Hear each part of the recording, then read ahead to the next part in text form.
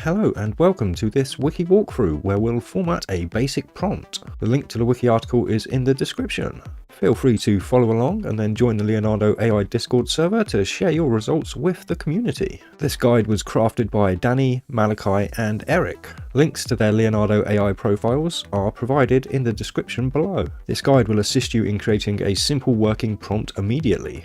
Feel free to play with the prompt and further experiment to develop your own style and make intriguing discoveries.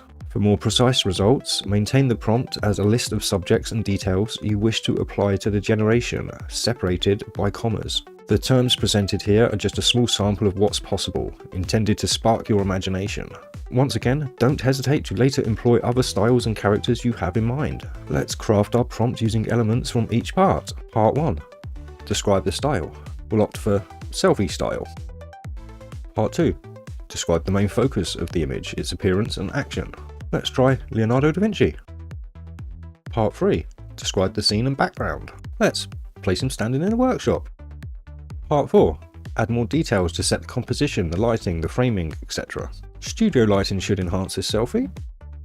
Now we're happy with that, let's generate some images. Incredible results!